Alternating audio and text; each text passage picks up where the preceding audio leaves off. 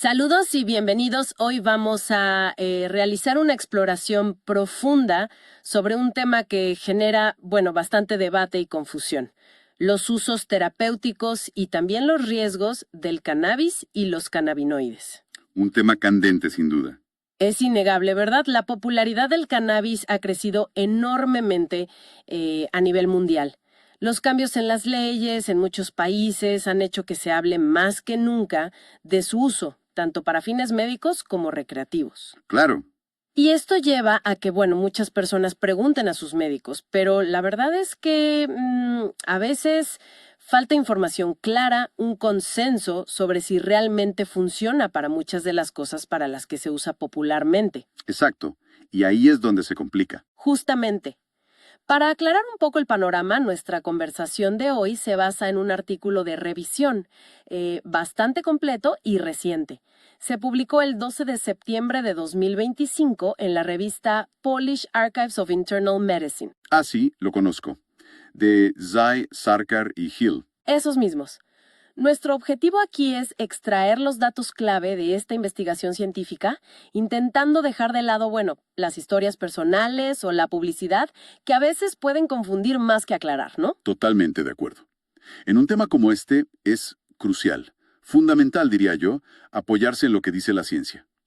Y la situación legal tan variada añade otra capa de complejidad. Es que, mira, Sí, dime. pensemos en Estados Unidos. A nivel federal, el cannabis sigue siendo ilegal, clasificado como sustancia I. Eso indica supuestamente alto potencial de abuso y sin uso médico aceptado, aunque esto último está muy en debate, claro. Claro. Médico. Y 24 incluso para uso recreativo. Es una diferencia enorme. Una locura la diferencia. ¿Y en Polonia, que es donde se publicó el artículo? Pues en Polonia se legalizó el uso médico en 2017, pero con reglas muy estrictas. El uso recreativo sigue prohibido, aunque parece que no es tan raro conseguir recetas para ese fin, digamos. Esta diferencia de criterios legales complica mucho las cosas. Totalmente. Por eso, nuestra misión hoy es desentrañar qué dice la evidencia científica actual. O sea, para qué problemas de salud el cannabis o sus componentes sí tienen respaldo. Para cuáles la evidencia es, digamos, débil o contradictoria. Y algo fundamental, ¿cuáles son los riesgos importantes que hay que tener en cuenta? Ok, vamos a examinar esto a fondo. Perfecto. Comencemos por lo más claro, ¿te parece? Las indicaciones médicas donde la evidencia es más sólida. Dale. Y es importante decir desde ya que incluso en estos casos, no suelen ser la primera opción de tratamiento. Son más bien alternativas cuando otras cosas no han funcionado. Entiendo, como un plan B o C. Exacto. La FDA, que es la agencia reguladora de medicamentos en Estados Unidos, ha aprobado cannabinoides específicos para condiciones muy concretas. Por ejemplo, Por ejemplo, desde 1985, hace ya bastante tiempo, se aprobaron el dronabinol, que se vende como Marinol o Sindros, ajá, y la nabilona o Sesamet, para tratar las náuseas y vómitos provocados por la quimioterapia. El dronabinol también se aprobó ese mismo año para la falta de apetito en personas con VIH-Sida. ok, eso es bastante específico. Muy específico. Y mucho más reciente, en 2018 se aprobó el cannabidiol, el famoso CBD. Ah, el CBD. Sí, bajo la marca Epidiolex. Este se aprobó para tratar convulsiones difíciles de controlar en síndromes epilépticos raros, como el de Dravet y el de Lennox-Gastaut, y también en la esclerosis tuberosa. Interesante, algo más con respaldo fuerte. Bueno, hay otro producto, el Sativex, que es Nabiximols. Es un spray que se aplica en la boca. Este no tiene la aprobación de la FDA estadounidense, Ah, mira, pero sí está aprobado en casi 30 países desde 2005. Se usa para tratar la rigidez muscular, la espasticidad que sufren algunos pacientes con esclerosis múltiple. Podríamos decir que estas son las aplicaciones con el respaldo científico más firme hasta ahora. entendido. Eso establece una base clara. Pero, ¿qué pasa con esas áreas más grises?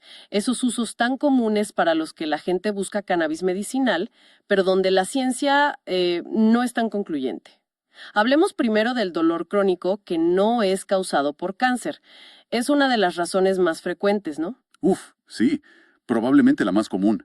De hecho, algunas guías médicas sugieren que podría ser útil, pero como una opción de tercera línea.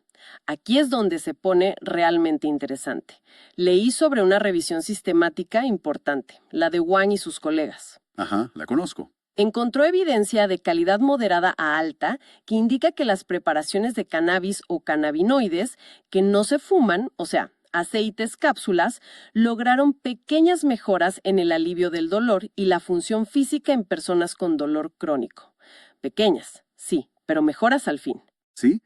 Y lo fascinante aquí es intentar entender cómo podría funcionar esto. Se cree que los cannabinoides actúan principalmente sobre unos receptores en nuestras células llamados CB1 y CB2. Los receptores cannabinoides. Exacto. Son como cerraduras que estos compuestos pueden abrir, por decirlo así. Y esto puede influir en cómo percibimos el dolor y también en la inflamación.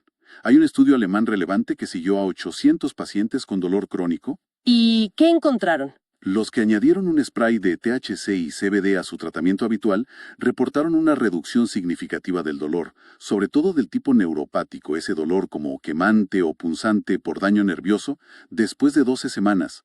Más de la mitad, un 67.5%, dijo sentir una reducción del dolor superior al 50%. Es bastante. Es un porcentaje alto, sí. Pero, ¿cómo se encaja esto con las recomendaciones generales? Bueno, aquí es crucial ponerlo en perspectiva.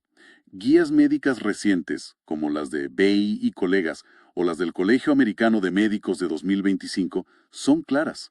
Recomiendan considerar los cannabinoides para el dolor crónico, especialmente el neuropático, solo si han fallado los tratamientos de primera y segunda línea. O sea, no es para empezar con esto. Para nada.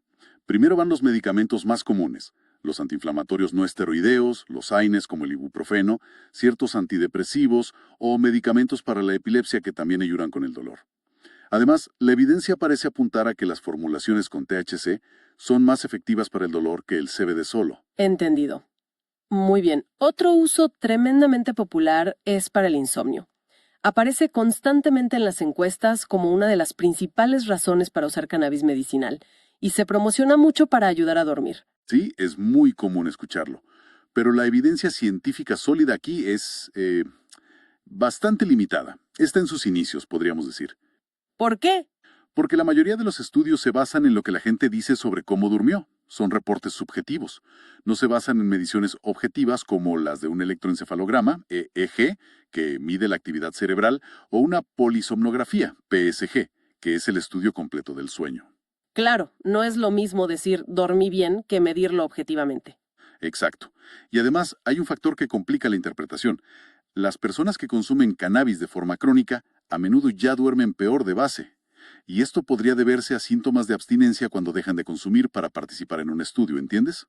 Ya veo. Complica el análisis. Mucho. Si conectamos esto con el panorama general, estamos empezando a entender que nuestro propio cuerpo tiene un sistema endocannabinoide que juega un papel en regular el ciclo de sueño y vigilia. Nuestro propio sistema interno. Eso es. Lo que sabemos del THC es que sus efectos dependen mucho de la dosis. Un poco puede dar sueño, pero mucho puede poner nervioso o interrumpir el sueño. Además, reduce la fase REM, que es importante para la memoria y el estado de ánimo. ¿Y el CBD? El CBD tiene efectos más complejos, a veces mixtos, y curiosamente podría contrarrestar la somnolencia que causa el THC. Así que bueno, definitivamente se necesita mucha más investigación de calidad. Ensayos controlados aleatorizados, los ECA, que comparen rigurosamente con un placebo para saber si realmente ayuda y cómo. Ok, queda claro que para el insomnio falta mucho por investigar. ¿Y qué me dices de los trastornos psiquiátricos? Se oye mucho sobre su uso para la depresión, el TPT, la ansiedad, TDAH, incluso el síndrome de Tourette.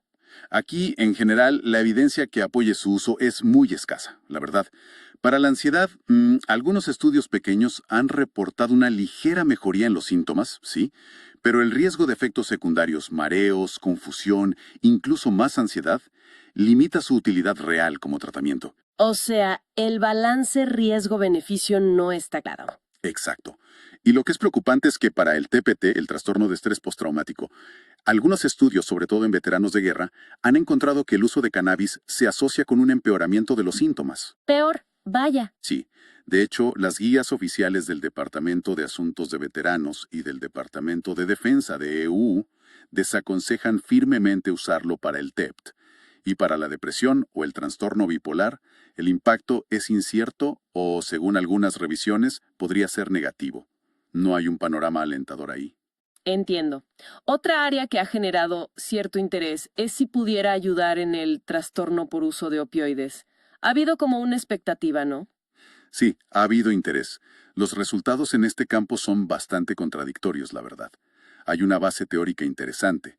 Los receptores cerebrales a los que se unen los cannabinoides, los CB1, y los opioides, los receptores mu, a menudo están en las mismas neuronas. Ah, están conectados de alguna manera. Exacto, lo que sugiere que podrían influirse mutuamente.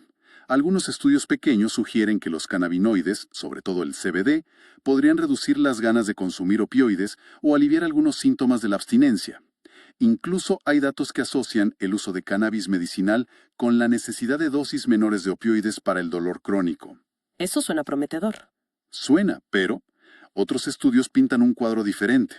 Asocian el uso conjunto de cannabis y opioides con una dependencia a opioides más grave, o incluso ven una correlación entre empezar a usar cannabis y desarrollar un TDO, un trastorno por uso de opioides, más tarde. O sea, resultados opuestos. Totalmente opuestos.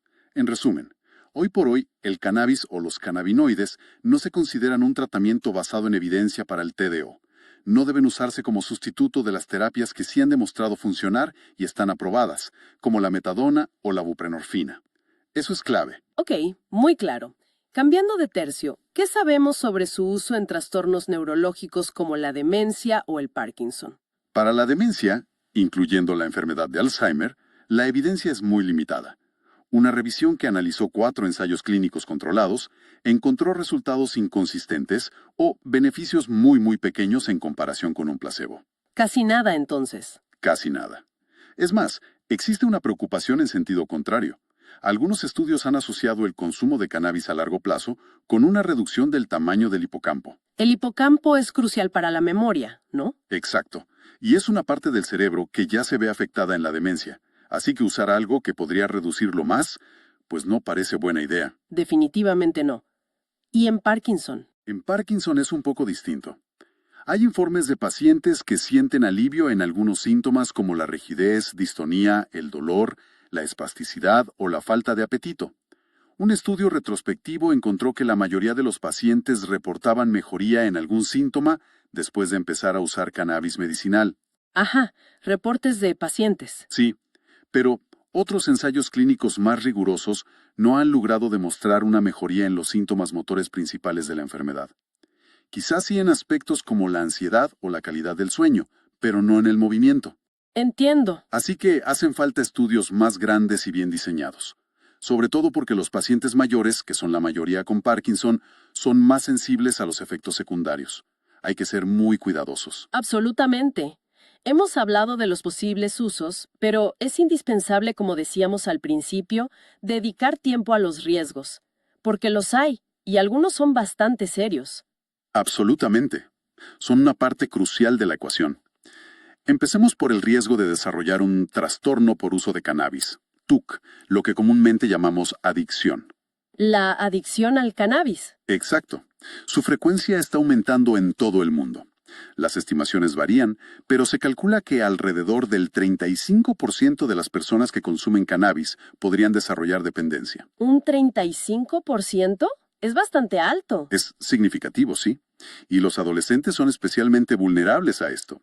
Y un dato importante, usar cannabis con fines médicos no parece reducir este riesgo de adicción en comparación con usarlo de forma recreativa. El riesgo está ahí igualmente. El cerebro sigue madurando hasta bien entrados los 20 años. Efectivamente. Sobre todo la corteza prefrontal, que es clave para planificar, tomar decisiones, controlar impulsos. Exacto. Y hay bastantes estudios que muestran que el consumo crónico de cannabis, especialmente si empieza en la adolescencia, se asocia con problemas serios. ¿Qué tipo de problemas? Pues mira, una disminución en el rendimiento cognitivo, cosas como la memoria de trabajo, la capacidad de organizarse e incluso el coeficiente intelectual, o CI. También cambios en la estructura del cerebro, como un adelgazamiento de la corteza cerebral y una mayor probabilidad de desarrollar otras adicciones más adelante. O sea, efectos a largo plazo. Sí, y algunos de estos efectos podrían ser duraderos o incluso permanentes. Por eso es tan importante retrasar al máximo la edad de inicio del consumo. Es un mensaje clave. Totalmente de acuerdo. Hay otro riesgo, quizá menos conocido, pero que parece estar aumentando. El síndrome de hiperémesis cannabinoide, o SHC. Suena complicado, ¿qué es exactamente? Sí, el nombre es un poco técnico, pero el síndrome es bastante desagradable. Se trata de episodios repetidos de náuseas intensas, vómitos incontrolables y dolor abdominal fuerte. ¿Y qué lo causa? Ocurre en personas que consumen cannabis de forma crónica y en grandes cantidades. Lo curioso y paradójico es que estos episodios suelen empezar poco después del último consumo. Se cree que ocurre por una especie de sobrecarga de los receptores cannabinoides, los CB1 y CB2, que regulan las náuseas y el movimiento intestinal, como si se desregularan. Qué extraño usar algo para las náuseas y que te provoque más vómitos. Exacto, es una paradoja. El tratamiento principal es aliviar los síntomas, hidratación, medicamentos para las náuseas y, lo más importante, dejar de consumir cannabis por completo. Lo preocupante es que las visitas a urgencias por este síndrome han aumentado bastante en los últimos años. ¿Hay factores de riesgo claros? Sí, parece que usar productos con alta concentración de THC, consumir a diario y haber empezado a consumir antes de los 16 años aumentan el riesgo de desarrollarlo. Vaya, eso sí que es un efecto a tener muy en cuenta. Hablemos de otro riesgo conocido, la psicosis. ¿Qué tan fuerte es esa conexión? ¿Es causa-efecto? La relación entre el consumo de cannabis y un mayor riesgo de tener síntomas psicóticos agudos como delirios o alucinaciones, o incluso de desarrollar un trastorno psicótico crónico como la esquizofrenia, está bastante bien documentada. Documentada, ok. El riesgo es mayor en personas jóvenes, en quienes ya tienen problemas de salud mental preexistentes, y en los que consumen cannabis muy potente o lo hacen todos los días. Estudios importantes en Europa y Brasil han encontrado una asociación fuerte. Se piensa que podría tener que ver con alteraciones en el sistema de dopamina del cerebro. ¿Pero se sabe si lo causa directamente? Ese es el debate que continúa. Si el cannabis es una causa directa o si simplemente, digamos, desenmascara una vulnerabilidad genética o previa a la psicosis. Pero independientemente de la causa exacta, el riesgo de psicosis es real y hay que tomarlo muy, muy en serio. Entendido. ¿Y qué pasa durante el embarazo y la lactancia? Mencionaste antes que el consumo parece estar aumentando en esta etapa. Sí, es una tendencia preocupante, la verdad. La prevalencia de consumo durante el embarazo ha subido, sobre todo en el primer trimestre, a veces porque se usa para las náuseas matutinas, irónicamente. ¿Y qué dicen las organizaciones médicas?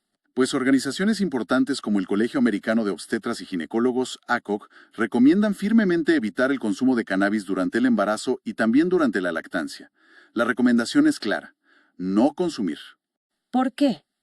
¿Cuáles son los riesgos concretos? La evidencia científica asocia la exposición al cannabis en el útero con mayores riesgos de problemas como hipertensión gestacional, preeclampsia, que es una complicación grave del embarazo, bajo peso al nacer, parto prematuro e incluso muerte fetal. Aunque, hay que decir, hay algunos estudios con resultados contradictorios en este último punto. Pero el riesgo está ahí. El riesgo está ahí. Y sabemos que el THC, el principal componente psicoactivo, cruza la placenta y también pasa a la leche materna. ¿Y eso qué implica para el bebé? Pues plantea riesgos potenciales, como posibles retrasos en el desarrollo motor o una disminución de ciertas defensas, la inmunoglobulina A o IgA en la leche materna. Así que definitivamente es mejor evitarlo. Totalmente. También hay que considerar riesgos para el corazón y los pulmones. Sí, también. A nivel cardiovascular, aunque la evidencia todavía se está consolidando, se ha reportado una asociación con eventos graves como ictus, o sea, accidentes cerebrovasculares, y síndromes coronarios agudos, infartos. Algunos estudios sugieren que los consumidores frecuentes podrían tener un riesgo hasta 3 veces mayor de sufrir un ictus. 3 veces, es mucho. FV1, FBC. Y enfermedades más graves como EPOC o asma. Ahí la conexión es menos clara, en parte porque es difícil separar el efecto del cannabis del de fumar tabaco, que a menudo van juntos. Es un factor de confusión importante en los estudios. Entiendo. Y para cerrar el capítulo de riesgos, no podemos olvidar el peligro de accidentes, ¿no? Ya sea conduciendo o simplemente caídas. Correcto. Ese es otro punto fundamental. El consumo agudo de cannabis afecta claramente la coordinación motora y la capacidad cognitiva. La habilidad para reaccionar, para tomar decisiones rápidas. Lo que necesitas para conducir, básicamente. Exactamente. Los estudios confirman que empeora el equilibrio y el rendimiento al volante, y este efecto puede durar varias horas. No es algo inmediato que pasa rápido. Varias horas. Sí. Y lo más preocupante es que algunas investigaciones muestran que la gente puede sentirse capaz de conducir mucho antes de que su capacidad real se haya recuperado. Esto crea una falsa sensación de seguridad muy peligrosa. Claro, piensas que estás bien, pero no lo estás. Justo. Y esto, sumado al deterioro del equilibrio, aumenta el riesgo de accidentes de tráfico y también de caídas, un riesgo especialmente importante en personas mayores, que ya de per sí tienen más riesgo de caerse. Bueno, hemos cubierto bastante terreno, tanto los posibles usos como los riesgos. Después de repasar toda esta información, ¿cuáles serían las recomendaciones clave para los médicos y, bueno, también para los pacientes? Mira, yo diría que lo primero es considerar el cannabis medicinal solo para esas pocas indicaciones donde la evidencia es, digamos, moderada o fuerte, y casi siempre como una terapia añadida, o de segunda o tercera línea. No como primera opción. Nunca como primera opción si hay tratamientos estándar que sí tienen una eficacia comprobada y son más seguros. Segundo, y esto es fundamental, la seguridad del paciente debe ser la prioridad número uno. ¿Qué implica eso en la práctica? Implica evaluar con cuidado las posibles interacciones con otros medicamentos que la persona esté tomando y ver si existen contraindicaciones. El artículo destaca grupos de personas con riesgo especial: adolescentes, personas con historial de adicciones, aquellos con enfermedades mentales graves, mujeres embarazadas o lactando, y personas mayores o muy frágiles. Para ellos, el riesgo suele superar cualquier posible beneficio. Ok, evaluación de riesgos individualizada. Más baja de THC, y preferiblemente en una formulación que también contenga una cantidad similar de CBD, ya que este podría contrarrestar algunos efectos adversos del THC. Empezar bajo y lento, como se dice. Justamente. Recomendar empezar a usarlo en casa en un entorno familiar y seguro, no mezclarlo con otros sedantes como el alcohol o pastillas para dormir, eso es peligroso. Importantísimo. Y muy importante, no conducir ni operar maquinaria pesada durante al menos 6 a 8 horas después de consumir. Y por supuesto, hacer un seguimiento regular para vigilar la aparición de efectos secundarios: mareos, riesgo de caídas, ataques de pánico, somnolencia excesiva. Hay que estar atentos. Y supongo que hablar mucho con el paciente, ¿no? Ese es el último punto, y quizás el más importante. Subrayar la importancia de una buena conversación entre médico y paciente. Explorar qué síntomas específicos se quieren tratar, fijar metas realistas y discutir abiertamente las alternativas terapéuticas que sí están basadas en evidencia sólida. Se necesita un diálogo colaborativo, honesto y mantenerse al día, porque la investigación en este campo avanza muy rápido. Excelente recapitulación. Entonces, para ir cerrando, ¿qué significa todo esto en la práctica? ¿Cuál es el mensaje para llevarse a casa? Parece claro que, aunque el cannabis y sus componentes tienen usos médicos bien establecidos para unas pocas condiciones muy específicas, Muy pocas, sí. para muchas otras dolencias comunes como el dolor crónico o el insomnio, la evidencia es más bien limitada o contradictoria. Definitivamente no son una panacea ni un tratamiento de primera línea para la mayoría de las cosas. Y, sobre todo, no podemos ignorar que existen riesgos importantes asociados a su uso, especialmente para ciertos grupos. Exactamente. Ese es el resumen perfecto. La decisión de usar cannabis con fines medicinales debe tomarse con mucha cautela, basándose en la mejor evidencia científica disponible en el momento, y no dejándose llevar por anécdotas, por modas o por promesas comerciales. La ciencia por delante. Siempre, los médicos deben priorizar los tratamientos que han demostrado ser seguros y eficaces. Si se considera el uso de cannabinoides, debe ser dentro de un marco de seguridad, con información muy clara para el paciente sobre los posibles beneficios, si los hay, y los riesgos reales, y asegurando un seguimiento cercano para detectar cualquier problema a tiempo. Muy bien. Y para dejarnos pensando, una última reflexión. Si consideramos la increíblemente compleja red que forma nuestro sistema endocannabinoide, ¿no? Que regula funciones tan vitales como el sueño, el dolor, el ánimo, el apetito y más, ¿qué posibilidades podría abrir la investigación futura? ¿Podríamos quizás llegar a diseñar cannabinoides muy específicos o combinaciones precisas que actúen solo donde queremos? Es una pregunta fascinante. ¿Verdad? que maximicen los beneficios para tratar ciertas enfermedades y al mismo tiempo minimicen los riesgos generales que vemos hoy con el uso de la planta entera o extractos amplios. Sin duda algo sobre lo que darle una vuelta. Definitivamente. El potencial está ahí, pero requiere muchísima más investigación rigurosa y cautela. Un campo apasionante para el futuro. Bienvenida o bienvenido a este análisis. Hoy nos vamos a sumergir en un tema que, bueno, cada día es más relevante con la legalización y el uso creciente del cannabis.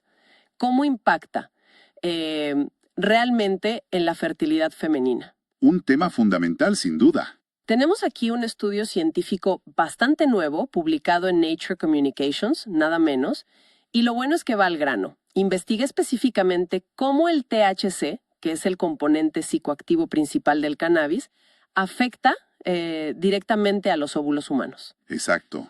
La idea hoy es ir desgranando los hallazgos clave de esta investigación. Combina datos clínicos, o sea, de pacientes, y también experimentos de laboratorio. Queremos entender mejor los posibles riesgos, ¿no?, para quienes buscan concebir. Ok, vamos a meternos a fondo. Sí, y es un estudio importante, porque llena un vacío que teníamos.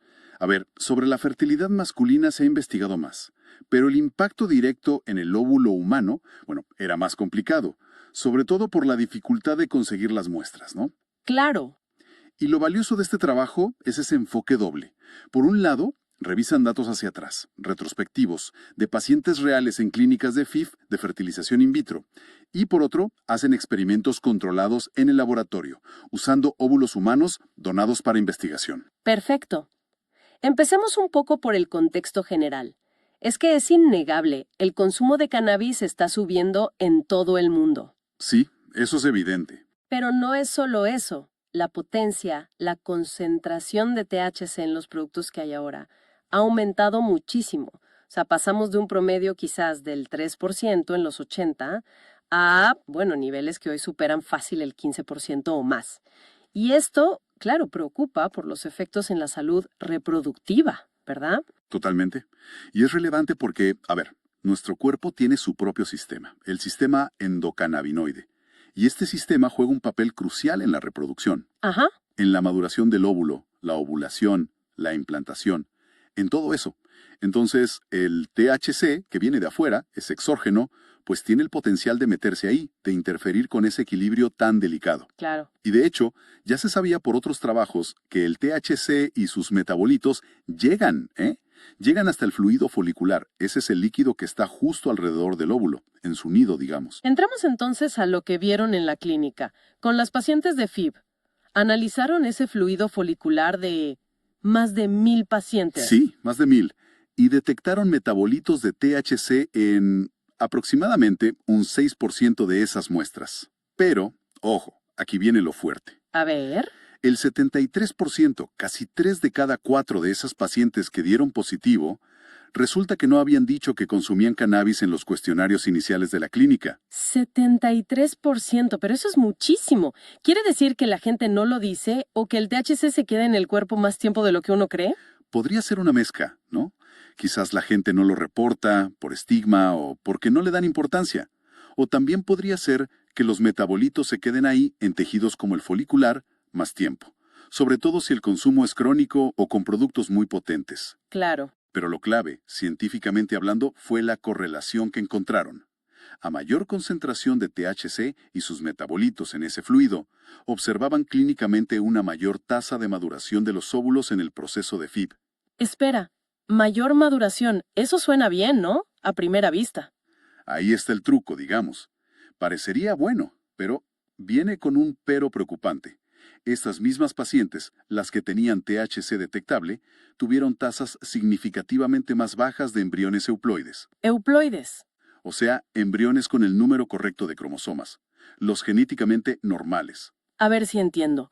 Los óvulos parecían madurar más según las métricas clínicas, pero al final daban menos embriones genéticamente sanos. Esa es la paradoja. Exactamente esa. Es esa paradoja central que el estudio intenta explicar. Y encontraron otra correlación curiosa en los datos clínicos. Los niveles de delta 9 THC, la forma activa principal, estaban inversamente relacionados con el índice de masa corporal, el IMC. ¿Cómo así? A mayor IMC de la paciente, tendían a encontrar menos delta 9 THC en el fluido folicular. Esto quizás tiene que ver con que el THC es liposoluble, se disuelve en grasa, y puede que se distribuya o almacene de forma diferente en el cuerpo según la cantidad de tejido graso. Interesante. Bueno, para tratar de entender esa paradoja de más maduros pero menos sanos, se fueron al laboratorio.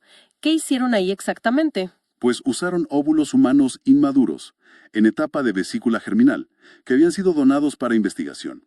Eran óvulos que no habían madurado en un ciclo de FIV y que no se iban a usar. Ajá. Los tomaron y los cultivaron, in vitro, y los expusieron a diferentes concentraciones de THC y sus metabolitos. Usaron una concentración fisiológica, digamos, parecida a la que encontraron en las pacientes, y otra más alta, suprafisiológica. ¿Y lograron ver en el laboratorio esa mayor maduración que veían en la clínica? Observaron una tendencia, sí vieron una tendencia a mayor maduración con THC, sobre todo con la dosis más alta. Pero hay que decir que en este experimento en particular, con el número de óvulos que usaron, la diferencia no fue estadísticamente significativa. Ah, ok. Aún así, la tendencia iba en la misma dirección que los datos clínicos. Y esto coincide con algunos estudios en animales, aunque para complicarlo un poco, otros estudios en animales han mostrado lo contrario, que inhibe la maduración. Uf, qué complejo. Sí. Resalta lo difícil que es pasar de animales a humanos, y por qué son tan necesarios estudios como este, directamente en óvulos humanos. Entiendo.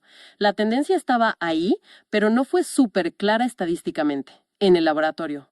Pero fueron más allá. Miraron qué pasaba dentro de esos óvulos que maduraron con THC. Absolutamente. Y aquí es donde la cosa se pone molecularmente fascinante. No se quedaron solo en si maduraba o no. Analizaron el contenido interno de los óvulos que sí maduraron con THC. Específicamente miraron su carga de ARN mensajero, el ARN. El ARM materno. ¿Por qué es tan importante mirar eso? Es vital, porque el óvulo antes de ser fecundado acumula una reserva enorme de estas moléculas de ARN. Son como las instrucciones, los planos que van a dirigir todo el desarrollo inicial del embrión, los primeros días, antes de que el propio genoma del embrión se active. Wow. Entonces, cualquier cambio en esa reserva inicial de ARN materno puede tener consecuencias enormes para el desarrollo temprano. ¿Y encontraron cambios importantes por el THC? Sí, muy importantes. La exposición al THC durante la maduración in vitro alteró drásticamente el perfil de expresión de ese ARM. Identificaron cientos de genes cuyos niveles de ARM estaban distintos, aumentados o disminuidos, en los óvulos tratados con THC comparados con los controles. ¿Nos puedes dar algún ejemplo? ¿Qué tipo de instrucciones estaban cambiadas? Claro, por ejemplo, un gen llamado MMP9. Este gen es para una enzima clave en la remodelación de tejidos. Es fundamental para que el embrión se implante bien en el útero.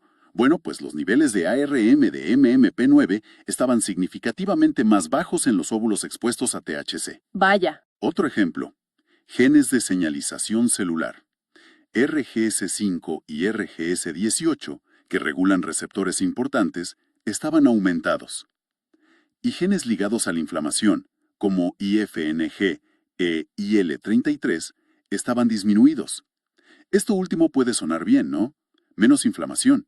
Pero resulta que para la implantación se necesita una respuesta inflamatoria muy controlada. Entiendo. Es un equilibrio delicado. Exacto. También afectó a genes del citoesqueleto, la estructura interna. Lo potente aquí es darse cuenta de que estos cambios en el ARNM del óvulo, causados por el THC antes de la fecundación, podrían estar ya programando problemas para la fertilización o el desarrollo embrionario temprano, mucho antes de llegar a la implantación. Es impactante pensar que el THC pueda cambiar las instrucciones del óvulo así. Mencionaste antes que en la clínica veían menos embriones, euploides, los normales cromosómicamente.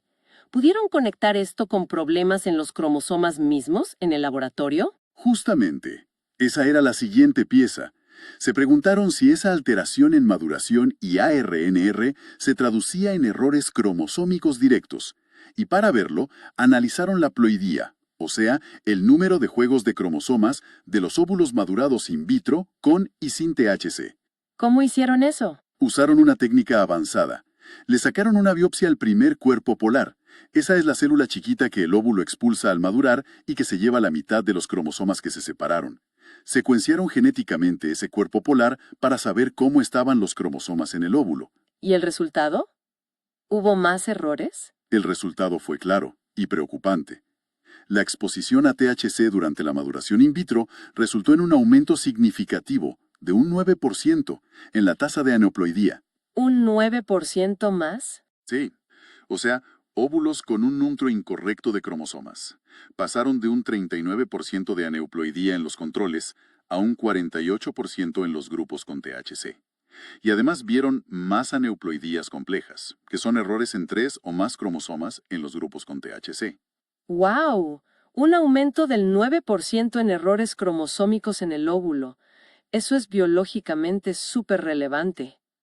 La aneuploidía es causa principal de fallos de implantación, abortos, síndromes genéticos. El estudio sugiere por qué pasa esto. ¿Por qué el THC causa estos errores? ¿Afecta la maquinaria celular? Sí, dieron un paso más para ver el mecanismo. Examinaron la morfología del uso miótico.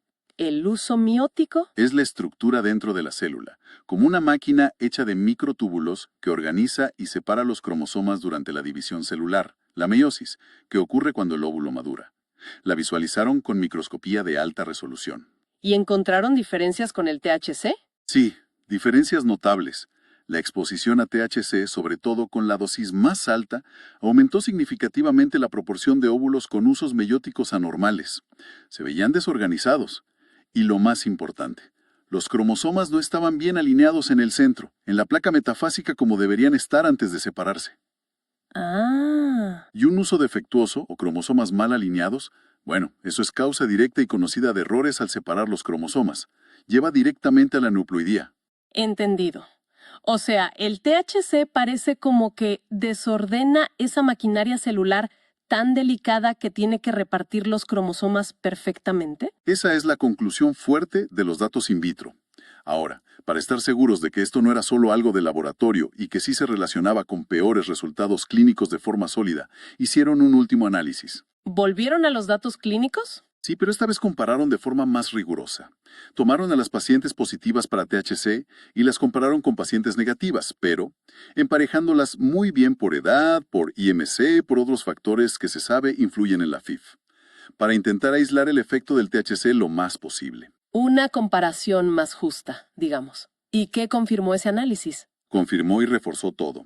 Incluso controlando por esos otros factores, ser positiva para THC se asoció significativamente con menores chances de éxito en 2 puntos clave de la FIV. La tasa de blastulación. Que es que lleguen a embrión avanzado. Exacto. El porcentaje de óvulos fecundados que llegan a blastocisto, 10, 5 o 6.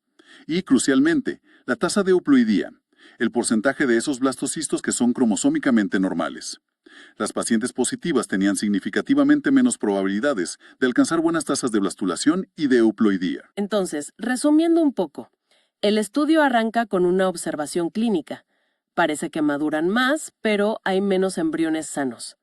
Lo investigan en el laboratorio, el THC altera el ARN del óvulo, causa errores cromosómicos al dañar el uso meiótico. Y finalmente confirma que esto se asocia con peores resultados en FIV en un análisis controlado. ¿Qué significa esto en la práctica para alguien que consume cannabis y piensa en tener hijos o ya está en tratamiento? Pues significa que, según esta evidencia que es bastante sólida, el consumo de cannabis podría estar directamente ligado a que los tratamientos de FIV sean menos eficientes. Podría bajar las chances de obtener embriones cromosómicamente normales por cada ciclo que se empieza. Claro.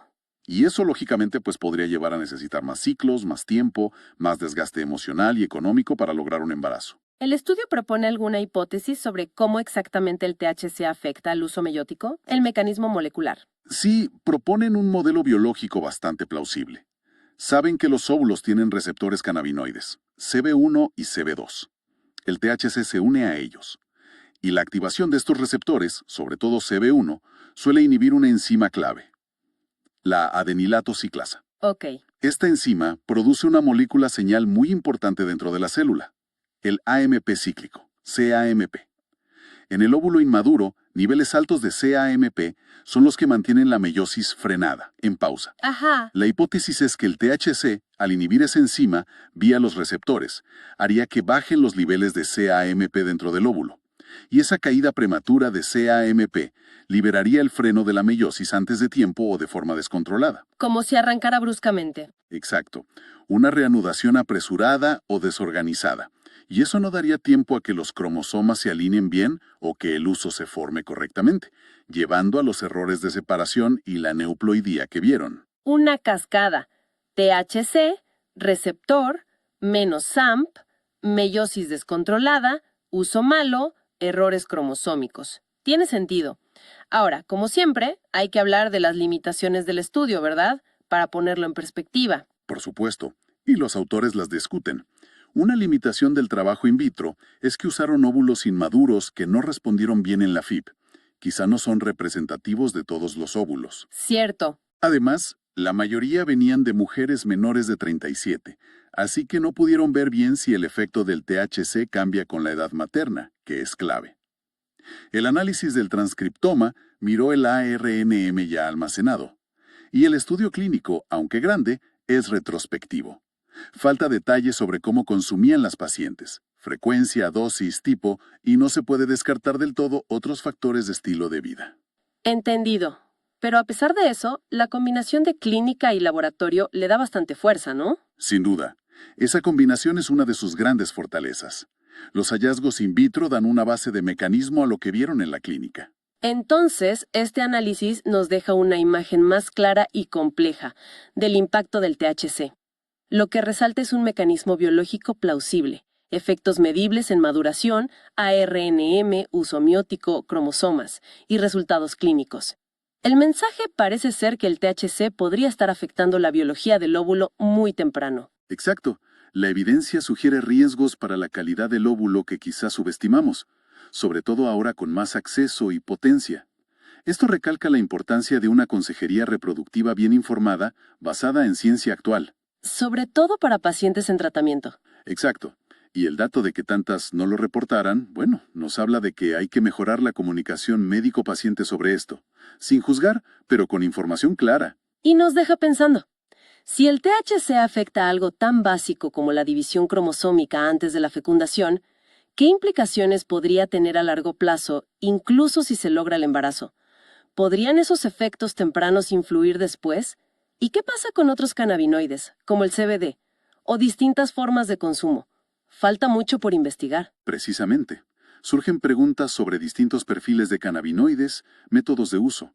Y una pregunta clave, más allá de la ciencia. ¿Cómo integramos esto en la salud pública y la clínica diaria? ¿Cómo abordar estas conversaciones de forma empática en un contexto social de mayor aceptación y legalización? Ese equilibrio entre autonomía del paciente y decisiones informadas sobre riesgos potenciales es el desafío. Bienvenidas y bienvenidos a esta exploración. Hoy nos metemos de lleno en unos documentos bastante interesantes sobre un tema que, bueno, sigue dando que hablar, la regulación del cannabis en Uruguay. Exacto. Tenemos la ley y datos científicos sobre los efectos y unas reflexiones finales que, bueno, son particulares. Sí, la idea es justamente desmenuzar todo esto, entender no solo la ley en sí, la 19.172, sino también qué dice la ciencia del THC y qué discusiones genera esto, ¿no? Salud pública, desarrollo cerebral, el rol del Estado. Vamos a ver los puntos clave que traen estas fuentes. Eso es. Perfecto. Arranquemos entonces con la ley misma, la que puso a Uruguay en el mapa, digamos. A ver, estamos hablando de la ley 19.172. Se aprobó, ¿cuándo fue? Allá por 2013, ¿no? Con José Mujica de presidente. Justo, 2013. Y lo que remarcan los documentos es que fue realmente, bueno, algo precursor, a nivel mundial. Claro. Nombran a Sebastián Savini, que parece estuvo en un proyecto anterior, incluso a Luis Lacalle Pou, que ya en 2010 como diputado había tirado una idea de autocultivo. Mira vos. O sea, ya estaba en el aire la idea. Parece que sí. También mencionan a Fernando Amado, Daniel Radio, Nacional Núñez, otro proyecto en 2011. Y un dato curioso, ¿sabes? ¿Cuál? Rescatan que Jorge Batalle, siendo presidente allá por 2001, ya decía que había que pensar en legalizar. Increíble.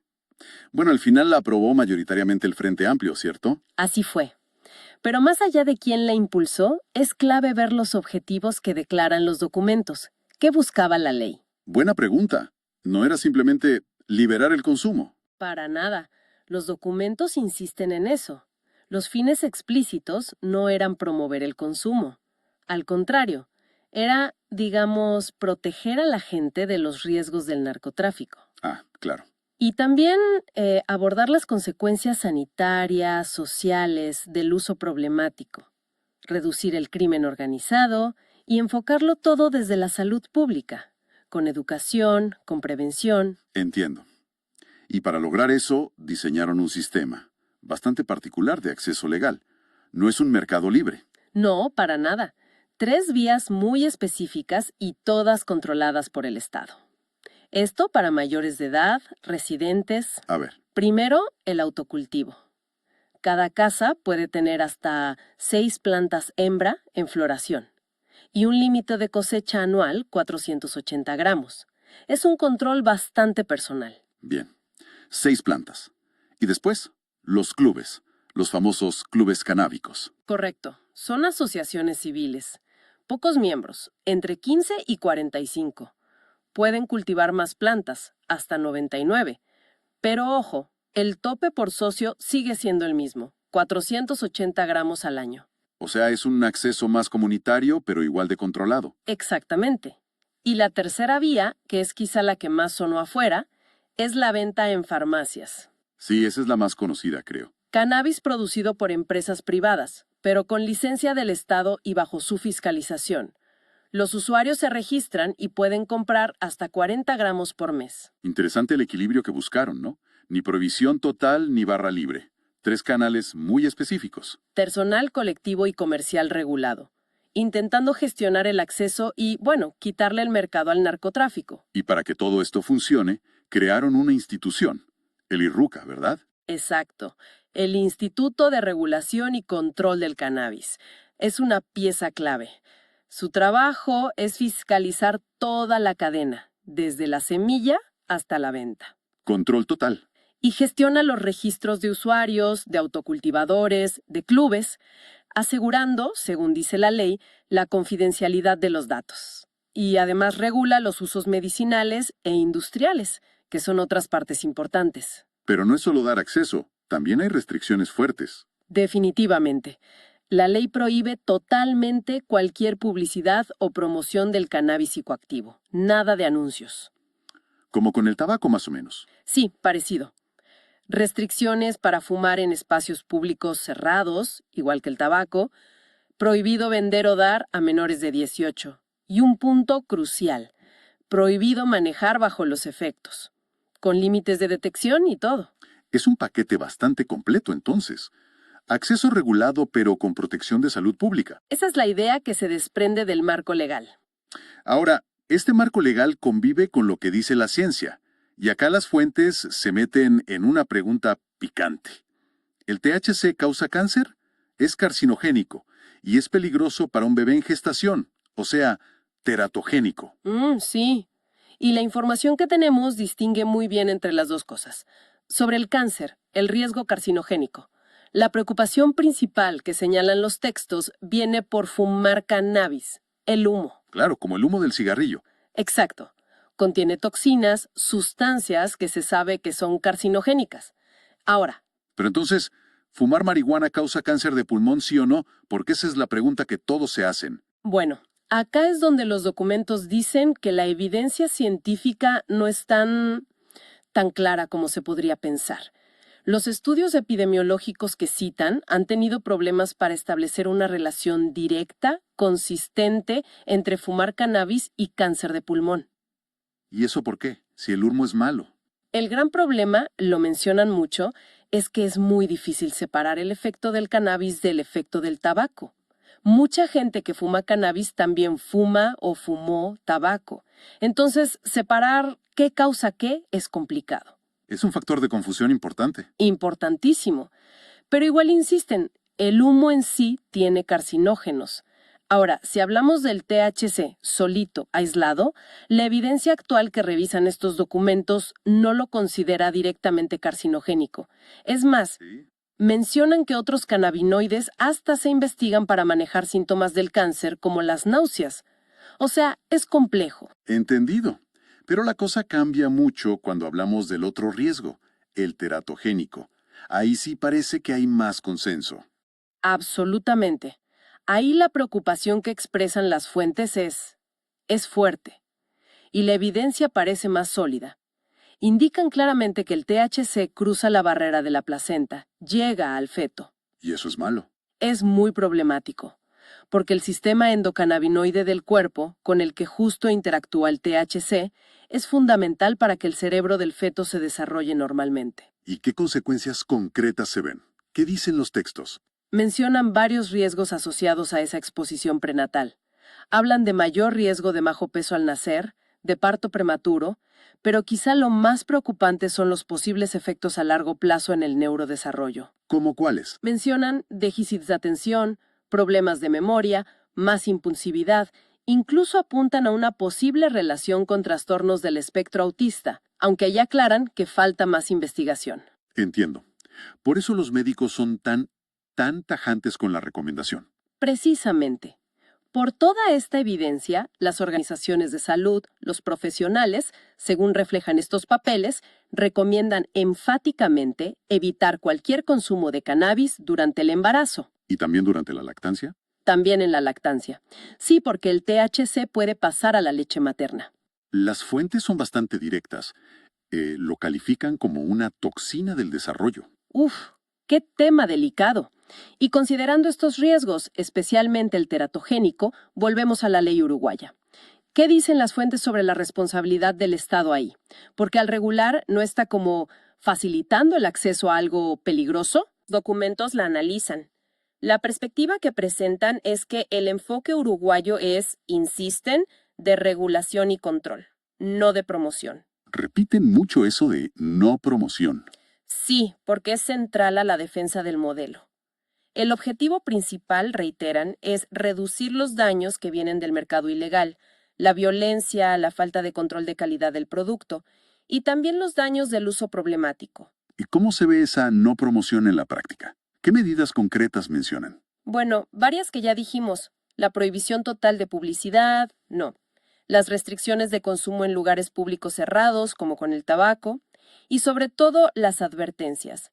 El IRCCA, la Junta Nacional de Drogas, tienen que advertir explícitamente sobre los riesgos, poniendo mucho énfasis en el embarazo y en los menores. O sea, la lógica que presentan es, el problema ya existía, mercado ilegal, el Estado interviene para manejarlo mejor. Esa es la línea argumental que se ve en los textos. Gestionar un mercado preexistente para intentar minimizar riesgos sociales y sanitarios, como el narco o consumir productos adulterados. Reconocen que la sustancia tiene peligros, pero consideran que regularla, con controles de calidad, límites de acceso, es mejor que la prohibición total, que no eliminaba el consumo, pero sí los controles. Entendido. Pero acá las fuentes meten un pero interesante. Una hipótesis sobre la responsabilidad del Estado que va más allá. Exacto. Ponen la lupa en el artículo 12 de la misma ley, de la 19.172. ¿Qué dice ese artículo? Obliga explícitamente a la Junta Nacional de Drogas a hacer campañas de información, de educación, de concientización sobre los riesgos del uso de drogas, usando medios masivos, radio, televisión. O sea, no basta con regular, hay que informar activamente. Exacto. Y la hipótesis que plantean es, ¿qué pasa si el Estado falla en esa parte? Si no acompaña el acceso legal con una educación fuerte, continua, sobre los riesgos reales. Los carcinogénicos del humo, los teratogénicos del THC. Los efectos en salud mental, todo eso. Si falla en informar bien, entonces estaría cometiendo una omisión. Una omisión perjudicial para la salud pública. Claro, porque facilitar el acceso sin informar bien podría llevar a un consumo, menos consciente. O más problemático. Justamente. Y eso iría en contra de los fines de salud pública de la propia ley. La responsabilidad no termina al poner las reglas. Exige una prevención activa. Una comunicación clara de los riesgos. Y esto nos lleva directo a cómo interactúa el cannabis con el cerebro. Las fuentes también detallan eso. ¿Qué sabemos? ¿Qué dicen? Los documentos explican que el THC actúa sobre todo en los receptores CB1, que hay muchísimos en el cerebro. A corto plazo, cuando estás bajo el efecto, se alteran varias funciones. Por ejemplo, afecta la corteza prefrontal. Eso impacta la atención, la concentración, la toma de decisiones Interfiere con el hipocampo, que es clave para formar nuevos recuerdos. Por eso a veces uno no recuerda bien qué pasó. También mencionan efectos en la coordinación, las emociones, ¿no? Sí, claro. Afecta los ganglios basales y el cerebelo. Y eso puede alterar la coordinación motora, el equilibrio. Actúa sobre el núcleo accumbens, que es parte del sistema de recompensa del cerebro. El que nos va a placer y el que engancha. Exacto, relacionado con el placer y el potencial adictivo. Y también modula la amígdala, que procesa emociones. Por eso a veces puede generar ansiedad o hasta paranoia en algunas personas. Depende de la dosis, de la persona. Esos son los efectos, digamos, inmediatos. Pero ¿qué pasa si el uso es a largo plazo? Uso crónico. Ahí las fuentes señalan posibles consecuencias más, persistentes, sobre todo si se consume habitualmente y se empieza muy joven. Hablan de déficits que pueden durar en la memoria, la atención, la velocidad para procesar información. ¿Y el riesgo de adicción? También, claro, destacan el riesgo de desarrollar dependencia, lo que clínicamente se llama trastorno por consumo de cannabis. Mencionan también algo delicado, la psicosis. Sí, es un punto importante. Los textos indican que el consumo frecuente, sobre todo de cannabis con mucho THC, se ha asociado en estudios con un mayor riesgo de desencadenar episodios psicóticos o de desarrollar trastornos como la esquizofrenia. En todo el mundo. El riesgo parece ser mayor en personas que ya tienen una vulnerabilidad genética, una predisposición. No es que le pase a todo el mundo, pero el riesgo aumenta. Y también mencionan algunos estudios con neuroimágenes que sugieren que el uso crónico podría asociarse con cambios sutiles quizás en la estructura y la conectividad del cerebro. Aunque ahí dicen que falta investigar más para entenderlo bien. Y hay un énfasis muy especial en los riesgos durante la adolescencia. Me llama la atención que insistan tanto. Es que el cerebro, explican las fuentes, no termina de madurar hasta, ¿qué? ¿Los 25 años más o menos? Sí, por ahí. Y la adolescencia es un periodo crítico. El cerebro se está cableando, digamos, terminando de conectar todo.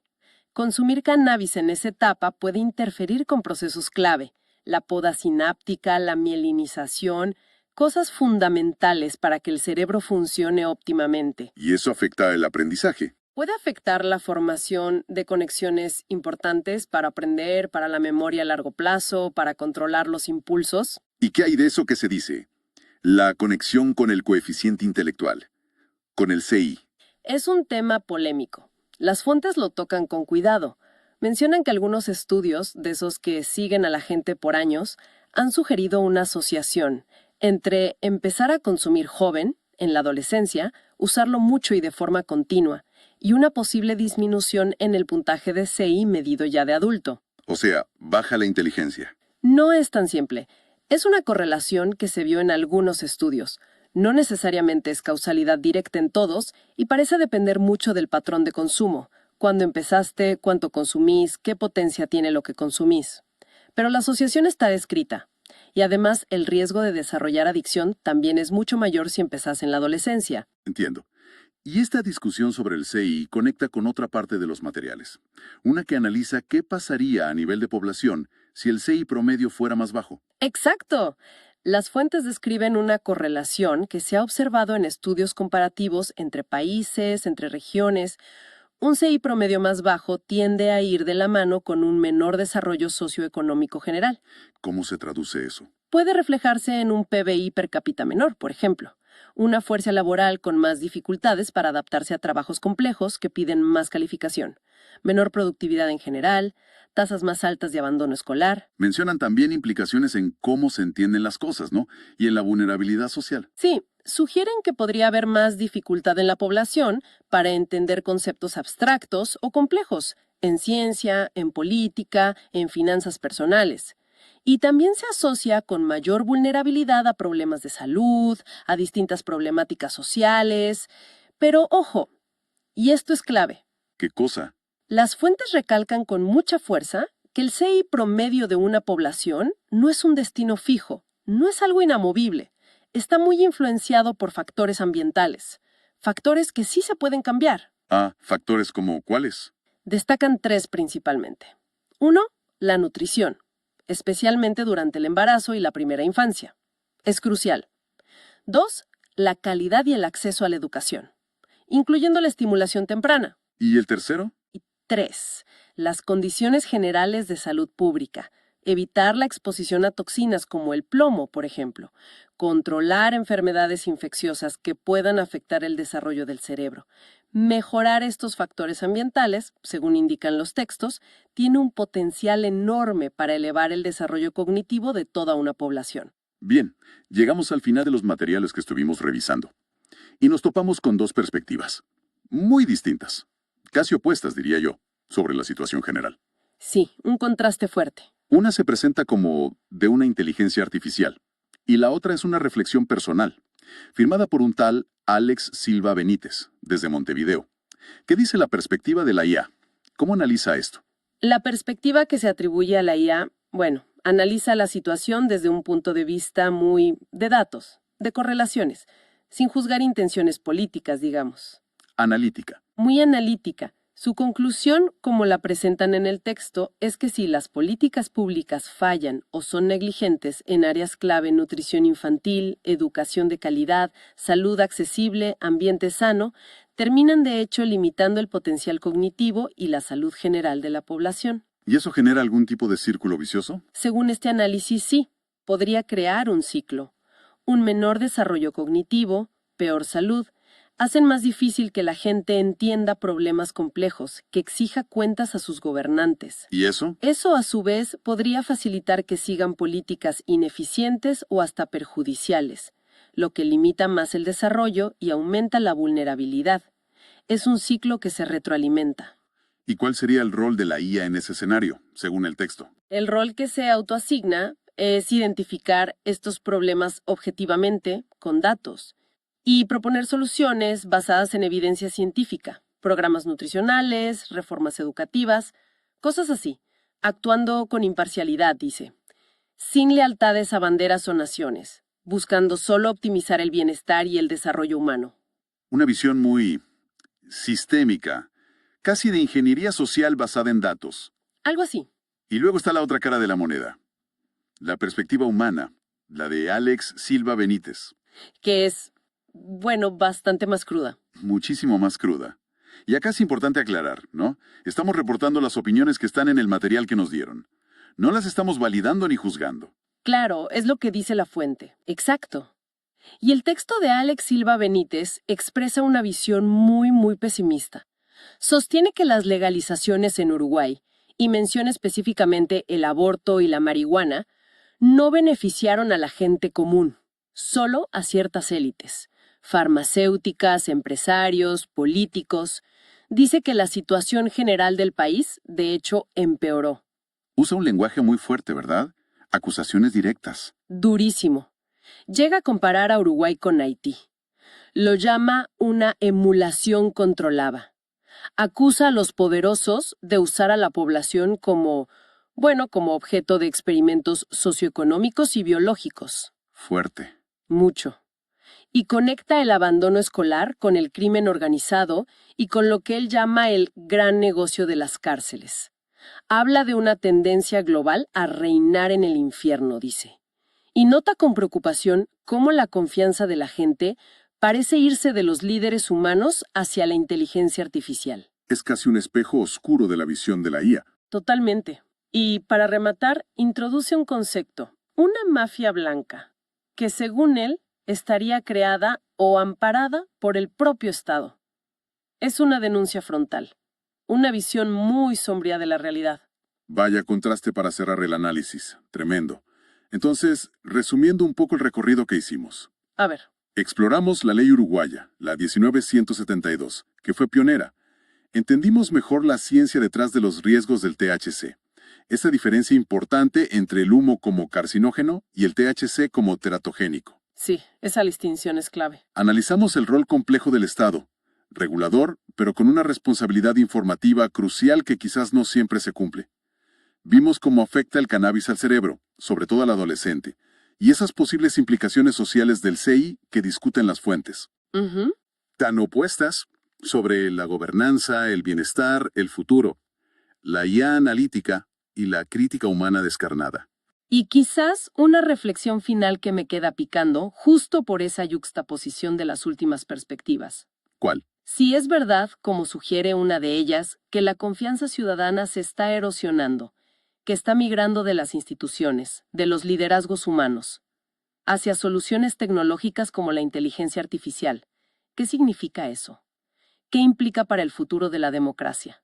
Para la rendición de cuentas, incluso para cómo definimos qué es una sociedad saludable, una sociedad próspera. Preguntas difíciles. No hay respuestas fáciles para nada, pero sin duda es algo que, bueno, que invita a seguir pensando, mucho después de haber cerrado estos documentos.